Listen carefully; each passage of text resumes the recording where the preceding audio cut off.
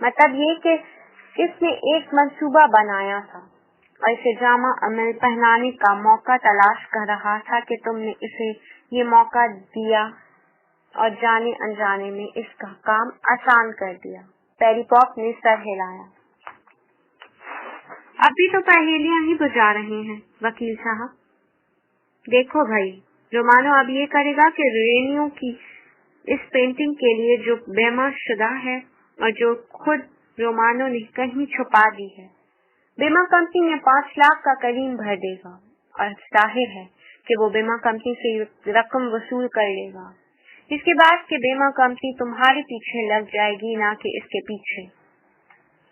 جب یہ معاملہ ٹھنڈا پڑ جائے گا تو پھر رومانو یہی پینٹنگ کسی پرائیویٹ کمپنی یا پارٹی کے ہاتھ فروخت کر دے گا اور دوسرے 5 لاکھ بھی کما لے گا، اور یہ بڑا فائدہ اسے تم نے دیا ہے کہ تم اپنا کام آپ کرو کہ مقالے میں عمل کرنے چلی گئی۔ ارے اتنی سی بات تمہاری سمجھ میں نہیں آئی کہ پستول دکھا کر کسی سے اعتراف گناہ کروانے کی کوئی اہمیت نہیں ہوتی، یعنی ڈرا دھمکا کر دلوایا ہوا بیان بیکار ہوتا ہے، سمجھی تم؟ خدا کی قسم، میں نے تو بس یہی سوچا تھا کہ اگر میں کسی طرح اسے اقرار کروانے میں کامیاب ہو گئی تو اس کے خلاف ایک نہ ایک محکمہ ضرور تحقیقات کرے گا۔ خیر، تو اب یہ بتاؤ کہ تم گھر میں کس طرح داخل ہوئی؟ میں نے باہر کے دروازے کی گھنٹی بجائی اور خود مسٹر رومانو نے میرے لیے دروازہ کھولا اور اندر آنے کو کہا، لیکن رومانو کا کوئی کچھ اور ہی کہنا ہے۔ گھر کے عقب میں ایک کھڑکی کا پٹ ٹوٹا ہوا ہے۔ رومانو کے بیان کے مطابق تم اس کھڑکی سے داخل ہوئی تھی۔ اس نے پولیس سے یہ کہا کہ اس نے تمہیں پینٹنگ چرا کر جاتے ہوئے پکڑ لیا اور جب اس نے تمہیں روکنے کی کوشش کی تو تم نے اس پر گولی چلا دی اور فرار ہو گئی۔ یہ جھوٹ ہے سراسر، لیکن یہ جو رومانو جھوٹ ہے اور وہ اس کا گھر ہے اور پستول تمہارا ہے۔ تم جانتی ہو کہ تمہارا سابقہ کس سے پڑا ہے؟ کسی نے نفی میں سر ہلایا۔ تو پھر مناسب معلوم ہوتا ہے مس ہنسی کہ میں تمہیں ایک حقیقت سے آگاہ کر دوں کہ امر واقعہ ہے کہ اینتھونی اساتی اس شہر کا راجا ہے۔ اینتھونی اساتی نے ہر چیز پر قبضہ رکھا ہوا ہے۔ اگر تمہیں کئی منزلہ عمارت بنانے کی اجازت چاہیے، ہائی وے کا فٹ پاتھ بنانے کا ٹھیکہ لینا ہے، نشہ آور چیزوں کا دھندا کرنا ہے، تو سب اس سے پوچھنا ہوگا۔ تو اساتی کا دروازہ کھٹکھٹاؤ، جو رومانو نے اساتی کی تنظیم میں ایک معمولی قسمت ازما کے طور پر کام شروع کیا تھا، لیکن آج وہ اساتی جماعت میں چوٹی کا آدمی ہے۔ پیری پاپ نے متیر ہو کر ٹریسی کی طرف دیکھا اور تم اسے آدمی کے گھر میں نہ صرف گھس پڑی بلکہ اس پر پستول بھی تان دی۔ ٹریسی نے ڈھال اور خود بخود دم بخود بیٹھی ہوئی تھی۔ آخرکار اس نے کہا، آپ سچ یقین کر رہی ہیں میری باتوں کو؟ وہ مسکرایا۔ تم نے جو کچھ کہا ہے اس کا ایک ایک لفظ صحیح ہے۔ اتنی سادہ لو بلکہ بے وقوف ہو تم کہ جھوٹ ہی ہو ہی نہیں سکتا۔ تو آپ مدد کر سکیں گے میری؟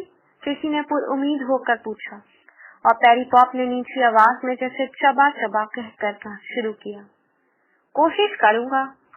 میں اس سے سب سالوں کو سلاخوں کے پیچھے پہنچا دینے کے لیے کچھ بھی کر سکتا ہوں، حتیٰ کہ اپنا دایاں ہاتھ بھی دے سکتا ہوں۔ میں کہہ چکا ہوں کہ ہر شہر ان حرام زادوں کا ہے اور زیادہ تر جج بھی انہی کمبختوں کے ہیں۔ اگر تم عدالت میں گئی تو یہ لوگ تمہیں ایسی جگہ بھجوا دیں گے کہ روشنی کی دیکھنے کو ترس جاؤ گی۔ ٹریسی نے وحشت زدہ ہو کر پیری پاپ کی طرف دیکھا۔ اگر میں عدالت میں گئی تو؟ پیری پاپ اٹھا اور کوٹری میں ٹہلنے لگا۔ بات یہ ہے کہ میں تمہیں جیوری کے سامنے پیش کرنا نہیں چاہتا ہوں، کیونکہ جیوری اساتی کی ہی ہوگی۔ صرف ایک جج ایسا ہے جس کو اساتی خرید نہیں سکتا، ہنری لارنس اس جج کا نام ہے۔ اب اگر میں کسی طرح اس کیس کی سنوائی کے لیے انتظام کر سکوں تو پھر مجھے یقین کہ تمہارے لیے کچھ کر سکوں گا۔ قانوناً اطلاقاً یہ جائز تو نہیں ہے، لیکن میں خفیہ طور پر ہنری لارنس سے ملاقات کر سکوں. ہوپسو. اسے بھی اسافی اور رومانوں سے اتنی ہی سخت نفرت ہے جتنی کہ مجھے اور اب تمہیں بھی. اب ہمیں یہی کرنا ہے کہ کسی طرح جج لارنس کو سنوائی کے لیے تیار کر لیں. پیری پاپ نے ٹریسی کے لیے چارلس کو فون کرنے کا انتظام کر دیا. ٹریسی نے چارلس کی سیکرٹری کی مانوس آواز سنی. مسٹر اسٹون ہوپ آفس کا آفس. ہیرٹ، میں ٹریسی ہنسی بول رہی ہوں. کیا؟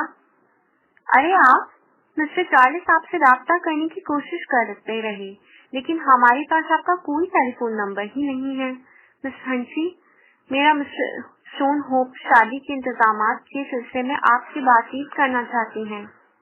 آپ جتنی جلد ممکن ہو سکے اتنی جلدی انہیں فون کریں. ہیرٹ، کیا میں مسٹر اسٹون ہوپ سے بات کر سکتی ہوں؟ مجھے افسوس ہے مس ہنسی، صاحب تو ابھی ابھی گئے ہیں. میں میٹنگ میں شرکت کرنے. اگر آپ مجھے فون نمبر دے دیں تو وہ پہلی فرصت میں آپ کو فون کریں گے. ہیرٹ، میں اور وہ خاموش ہو گئی. ٹریسی نہ چاہتی تھی کہ چارلس اسے جیل میں فون کرے. پہلے تو وہ اسے سارے واقعات بتا کر صورتحال سے آگاہ کرنا چاہتی تھی. نہیں، میں فون کروں گی انہیں، وہ بولی اور ریسیور رکھ دیا. کل ٹریسی نے سوچا، کل میں اسے سب کچھ بتا دوں گی، سب کچھ سمجھا دوں گی، سب کچھ سمجھا دوں گی. اسی دوپہر کو ٹریسی کو اس کوٹری سے بڑی کوٹری میں منتقل کر دیا گیا. دوپہر کا کھانا جو اسے دیا گیا وہ بھی گرم اور لذیذ تھا. کچھ دیر بعد تازہ پھولوں کا گلدستہ اسے دیا گیا جس سے ایک لفافہ منسلک تھا. ٹریسی نے لفافہ کھول کر کارڈ نکالا. اس پر لکھا تھا، مبارک ہو، ہم ان حرامزادوں کو مزہ چکھا دیں گے. پیری پاپ. پیری پاپ نے دوسرے دن صحیح ٹریسی سے ملاقات کی. صبح ٹریسی نے اس کے ہونٹوں پر مسکراہٹ دیکھ کر سمجھ لیا کہ وہ خوشخبری لے کر ہی آیا ہے. قسمت ہماری یاوری کر رہی ہے، وہ بولا. میں ابھی جج لارنس اور سرکاری وکیل ٹوپر سے مل کر آ رہا ہوں. ٹوپر تو بدروح کی طرح کھینچنے چلانے لگا، لیکن بہرحال سودا کر لیا. سودا کر لیا؟ میں نے جج لارنس کو تمہاری پوری کہانی سنا دی. چنانچہ وہ تمہارا اقبال جرم منظور کرنے کے لیے تیار ہو گئے ہیں. ٹریسی پھٹی پھٹی آنکھوں سے اس کی صورت تکنے لگی. میرا اقبال جرم؟ لیکن میں نے. پیری پاپ نے ہاتھ اٹھا کر اسے خاموش رہنے کا اشارہ کیا. پہلے میری پوری بات سن لو، وہ بولا. اقبال جرم کر کے تم مقدمے کا سرکاری خرچ بچا لو گی. میں نے جج کو باور کر دیا ہے کہ پینٹنگ تم نے نہیں چرائی. وہ جو رومانوں سے واقف ہے، چنانچہ اس نے میرا یقین کر لیا ہے. لیکن میں نے اقبال جرم کر لیا. ٹریسی نے رک رک کر پوچھا، تو کیا ہوگا میرا؟ جج لارنس تمہیں 3 مہینے قید کی سزا سنا دیں گے، اور قید کی سزا جیل میں. اور 1 منٹ، وہ تمہارا فیصلہ ملتوی کر دیں گے. اسے ازمائشی رہائی کہتے ہیں، یعنی بروفشن پریڈ. یہ رعایت اسے مجرموں کی دی جاتی ہے جو 9 عمر ہوں اور یہاں پہلی بار ماخوذ ہوئے ہوں. اور ازمائشی رہائی کا یہ زمانہ تم اس سیٹ سے باہر گزار سکتی ہو. لیکن اس صورت میں میرا نام پولیس فائل میں اور مجرموں کی فائل میں درج ہو جائے گا. پیری پاپ نے لمبا سانس لے کر کہا. اور اگر انہوں نے مسلح لوٹ کرنے اور قتل کی کوشش کرنے کی کوشش کی، فرد جرم عائد کر کے تم پہ مقدمہ چلایا، تو تمہیں 10 سال قید بامشکل سزا دی جائے گی. 10 برس جیل میں، وہ دل میں بولی. پیری پاپ بڑے صبر سے اس کے چہرے کے اتارے کی طرف دیکھ رہا تھا. فیصلہ تمہیں کرنا ہے، وہ بولا. میں تو صرف مشورہ دے سکتا ہوں، اپنا بہترین مشورہ دے سکتا ہوں. یہ معجزہ سے تم کم نہیں ہے. یہ سودا طے کرنے کی کامیاب ہو گیا. وہ لوگ تمہارا جواب ابھی اور اسی وقت چاہتے ہیں. ضروری نہیں کہ تم یہ سودا منظور ہی کرو، اور مجھ پر کوئی ٹھپا نہیں لگا ہے. تم دوسرا وکیل کر سکتی ہو، نو پرابلم. نہیں، ٹریسی جانتی تھی کہ یہ شخص مفلس ہے، اس کا ہمدرد ہے۔ صورتحال کے پیش نظر اور خود ٹریسی کی حالت دیکھ کر اس کے اختیار میں جو کچھ تھا، اس میں جو کچھ پن رکھ پڑا، وہ اس سے کیا۔ کاش وہ 40 سے بات کر سکتی، لیکن مشکل یہ تھی کہ وہ لوگ اسی وقت کا جواب چاہتے تھے۔ شاید وہ خوش قسمت تھی کہ معاملہ 3 مہینے کی التوائی سزا پر ٹل رہا تھا۔ ٹھیک ہے، مجھے منظور ہے۔ بڑی کوششوں کے بعد وہ یہ چند الفاظ کہہ سکی۔ شاباش، پیری پاپ نے سر ہلایا۔ جی ہاں، یہ آنر، وہ بولا۔ سیٹ کی رضامند یونر سرکاری وکیل نے کہا۔ جج لارنس بہت دیر تک خاموش بیٹھا رہا، پھر وہ آگے اس کی طرف جھک گیا اور ٹریسی کی آنکھوں میں آنکھیں ڈال کر بولا، ہمارے ملک کے قابل رحم اور بری حالت ہونے کی ایک وجہ یہ ہے کہ محلے اور بازار ایسے حقیر کپڑوں سے خوددار رہے ہیں جو اس جرم میں مبتلا ہیں کہ وہ کوئی بھی ناجائز اور غیر قانونی کام کر سکتے ہیں اور قانون ان کا کچھ نہیں بگاڑ سکتا۔ یہ وہ لوگ ہیں جو قانون کو خاطر میں نہیں لاتے، یہ لوگ ہیں جو قانون کا مذاق اڑاتے ہیں۔ اس ملک میں چند قانونی اصول اپنے ہیں اور عدالتی نظام ایسا ہے جو مجرموں کی گویا پیٹھ تھپتھپاتا ہے، چنانچہ وہ اسی بھی شیر ہو جاتے ہیں۔ لیکن ہم اپنی سیٹ میں ایسا نہیں کرتے۔ جب کوئی ارتکاب جرم کرتا ہے، جب کوئی کسی کو قتل کرنے کی کوشش کرتا ہے، تو پھر ہماری بھی یہ کوشش ہوتی ہے کہ اسے نہ صرف مناسب بلکہ سخت سے سخت سزا دی جائے۔ اور جج کے اس لفظوں نے ٹریسی کے دل میں شک اور خوف کا پہلا تار جھنجھلا رکھا تھا۔ اس نے گھوم کے پیری پاپ کی طرف دیکھا، وہ ٹریسی کی طرف متوجہ نہ ہوا، البتہ ٹکٹکی لگائے جج کی طرف دیکھتا رہا، اور جج لارنس نے سلسلہ کلام جاری رکھا۔ ملزمہ اعتراف کرتی ہے کہ اس نے اس علاقے کے ایک مشہور اور نمایاں شخص کا خون کرنے کی کوشش کی، اس شخص کا خون کرنے کی جو اپنی انسان دوستی، غربا پروی اور خیرات خانوں اور بیواؤں اور یتیموں کی امداد کرنے کے لیے مشہور ہے، اور علاقے کا رحم دل ترین اور عزیز ترین شخص ہے۔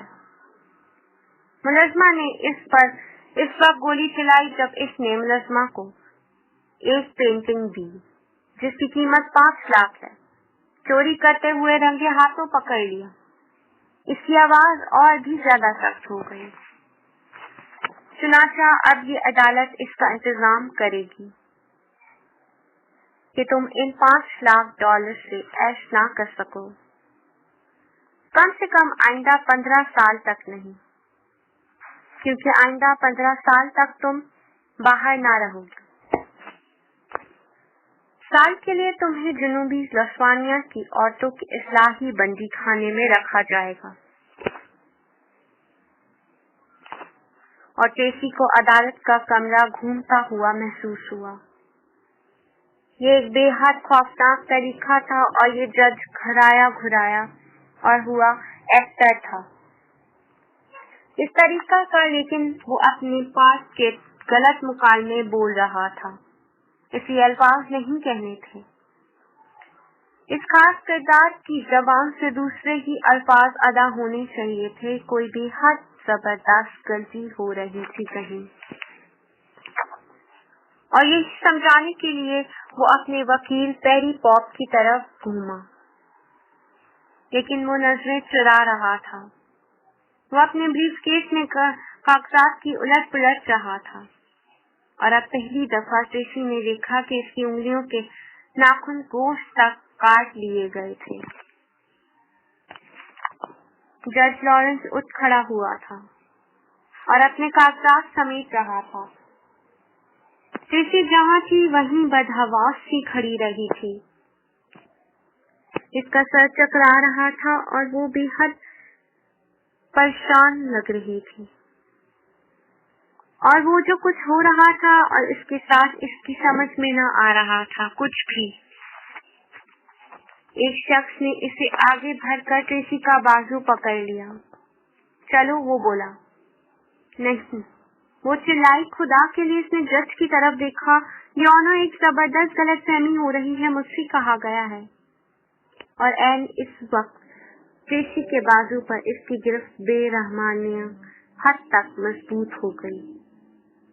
تو ٹریسی نے سمجھ لیا کہ نہ تو کوئی غلط فہمی ہوئی تھی اور نہ ہی یہ غلط ہو رہا تھا۔ ٹریسی کو دھوکہ دیا گیا تھا، سراسر دھوکہ۔ یہ ان لوگوں کی زبردست سازش اور چال تھی۔ وہ لوگ اسے برباد کر دینا چاہتے تھے، جس طرح کہ انہیں لوگوں نے اس کی ماں کو برباد کیا اور برباد فنا کر دیا تھا۔ ٹریسی کے جرم اور اسے سزا سنائے جانے کی خبر اخبار میں نیولانس کوریئر کے صفحے اول پر ٹریسی کے پولیس فوٹو کے ساتھ چھپی تھی۔ بڑے اخباروں کے رپورٹروں نے، جو ملک کے شہر، ہر گاؤں اور ہر بستی میں موجود رہتے ہیں، جرم اور سزا کی مکمل تفصیلات ملک کے تمام بڑے بڑے اخباروں کو فوراً بذریعہ سروس روانہ کر دی۔ اور جب ٹریسی کو پولیس عدالت کے کمرے سے باہر لایا گیا، جہاں سے وہ سب اسلحہ مستورات بندی خانے کی گاڑی کا انتظار کر رہے تھے، تو ٹیلی ویژن کے رپورٹروں کے پورے عملے نے اسے گھیر لیا۔ شرم اور ذلت کے شدید احساس نے اسے اپنا چہرہ اپنے ہاتھوں میں چھپا لینے پہ مجبور کر دیا۔ وہ بہت پریشان تھی اور کسی سے بات نہ کرنا چاہتی تھی، لیکن رپورٹوں کے پورے عملے نے اسے گھیرے رکھا تھا۔ ٹیلی ویژن کے کیمرے سے فرار ممکن نہ تھا، جو رومانو خود بڑی خبر تھا، اور اس کی جان لینے کی کوشش ایک جوان اور حسین لڑکی نے کی تھی، اور اس کی خبر سنسنی میں اس بات نے اور بھی اضافہ کر دیا تھا۔ یہ لڑکی نقب زن چور تھی، نقب زن چور۔ اور ٹریسی کو ایسا محسوس ہوا اور معلوم ہوا کہ وہ دشمنوں میں گھری ہوئی تھی۔ چارلس مجھے بچا لے گا، وہ یہی سوچتی آ رہی تھی جب سے۔ چارلس مجھے بچا لے گا، وہ بار بار اپنے آپ سے کہہ رہی تھی یہی بات۔ خدایا، چارلس مجھے قید خانے سے نکال لے۔ نہیں میرے مالک، نہیں، میں نہیں چاہتی کہ میرا بچہ قید خانے میں جنم لے۔ وہ اپنی ہر بات میں اپنے بچے کے بارے میں ہی سوچ رہی تھی۔ دوسرے دن دوپہر تک ٹریسی کو سارجنٹ نے ٹیلی فون کرنے کی اجازت دی۔ دوسری طرف سے ہیرٹ نے جواب دیا۔ مسٹر اسٹون ہوپ کا آفس؟ ہیرٹ، میں ٹریسی ہنسی بول رہی ہوں۔ میں مسٹر اسٹون ہوپ سے بات کرنا چاہتی ہوں۔ ایک منٹ، مس ہنسی۔ ٹریسی نے اس کی آواز میں ہچکچاہٹ محسوس کی۔ میں دیکھتی ہوں صاحب دفتر میں ہے یا نہیں۔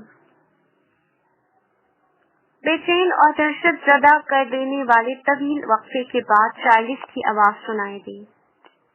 ہیلو، ہیلو، اور وہ ماری خوشی کے رو پڑی۔ چارلس، ارے ٹریسی، تم ہو کہاں ہو تم؟ ہاں ڈارلنگ، میں یہی ہوں۔ ہائے چارلس، میں کب سے تمہیں فون کر رہا ہوں اور کتنا پاگل ہوئے جا رہا ہوں۔ کہاں ہو تم؟ میں تو پاگل ہوئے جا رہا تھا ٹریسی، یہاں کی اخبارات تمہارے متعلق سنسنی خیز اور دہشت ناک خبروں سے بھرے ہوئے ہیں۔ اخبار میں جو کچھ چھپا ہے اور یہ لوگ جو بکواس کر رہے ہیں، اس کا مجھے یقین نہیں آ رہا۔ یہ سب جھوٹ ہے، سب غلط ہے ڈارلنگ۔